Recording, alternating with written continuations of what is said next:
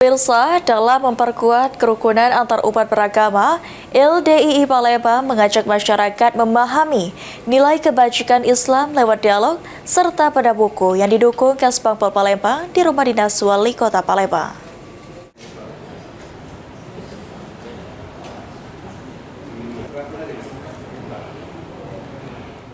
Lembaga Dakwah Islam Indonesia atau LDII Palembang bersama Kesbangpol Palembang menggelar dialog bedah buku nilai-nilai kebajikan dalam LDII.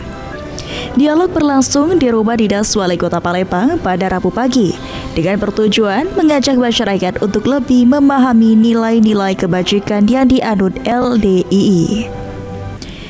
Ketua Lembaga Dakwah Islam Indonesia Kota Palembang, Kisworo mengatakan, buku yang disusun oleh tokoh MUI, Ahmad Ali, menjadi media edukasi yang penting.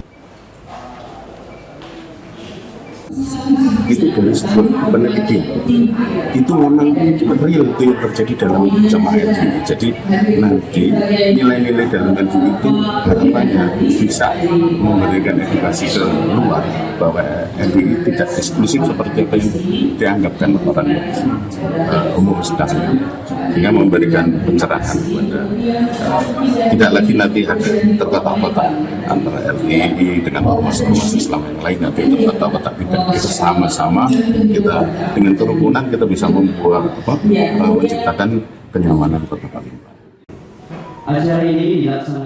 Sementara itu, Kabid Eko Sosbud Kesbangpol Palembang Irwantono mengatakan, dialog dihadiri oleh perwakilan ormas, tokoh masyarakat, pejabat kecamatan sebagai bentuk sinergi menjaga persatuan dan keharmonisan di tengah keberagaman masyarakat.